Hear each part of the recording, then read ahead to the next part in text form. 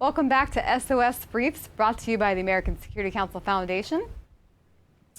I will be talking today to our senior analyst, Laurance Sanford, and he will be giving us some updates on his article, China Land Grabs. Back in August, he wrote these, and we have some recent wins lately for the U.S. on China's land grabs, particularly in Grand Forks, North Dakota. Larry? Joy, thank you. Nice to be with you again. The China land grab was originally written back in August of 2022. And at that time, there were numerous instances where the CCP, the Chinese Communist Party, had purchased land in America that was concerning, and particularly around military bases.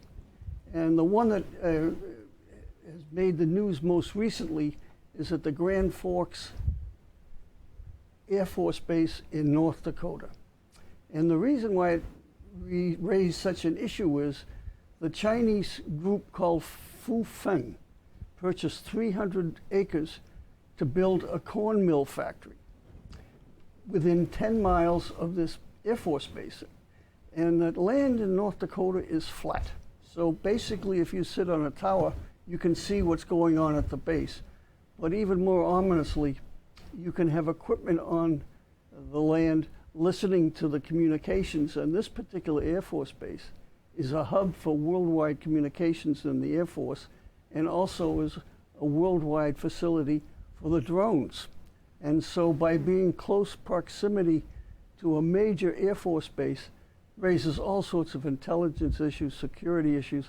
I mean, can you imagine an American company being within 10 miles of a major Chinese installation? I've written a book, not a book, but a paper on quid pro quo and reciprocity, and I think that we should follow reciprocity. That if the Americans can't buy land in China, then the Chinese should not be able to buy land in America.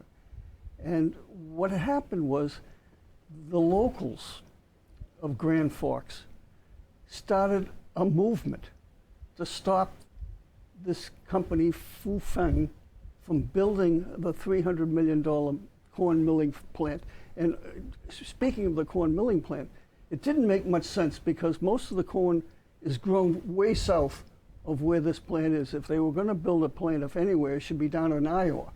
So the fact that they built it way up in North Dakota at the very fringes of the corn raising area raises questions.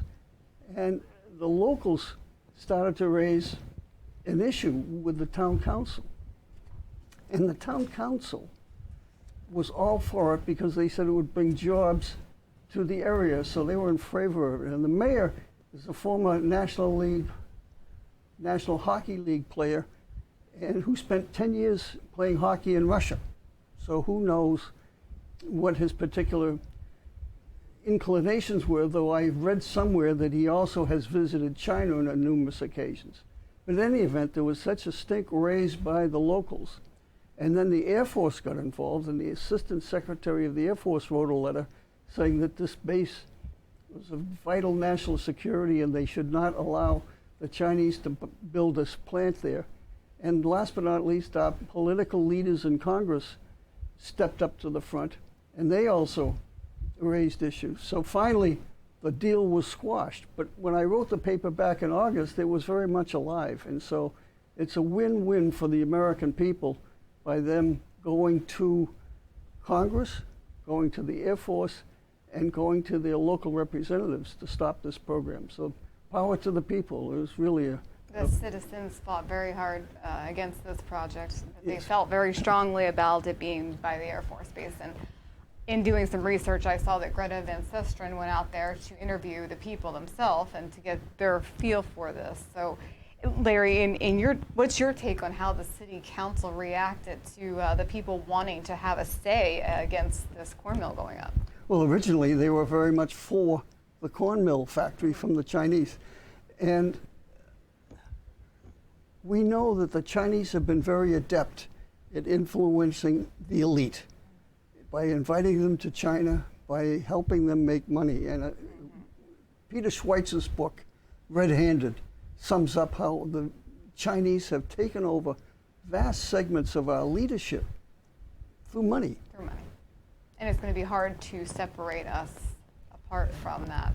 They also use sex once in a while, like Eric Probably. Swalwell. We won't talk about that one. So it appears it finally took a letter from the Air Force stating it was a matter of national security, or so the mayor says. Yeah, yeah. So that's a win for America. So there's more battles to be waged.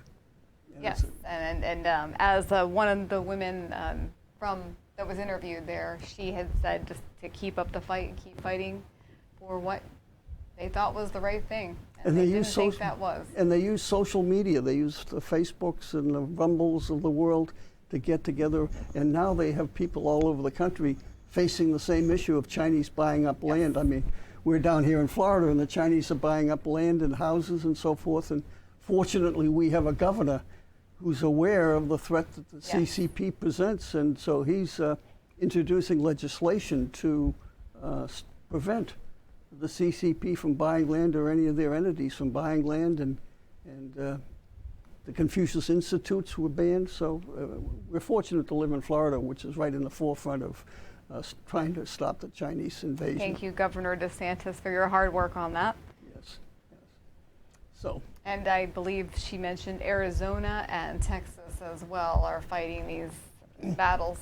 And we will get into Texas next. Yes. All right. Well, thank you for joining us for this SOS brief today, and join us for the next SOS brief as we discuss Texas. Thank you.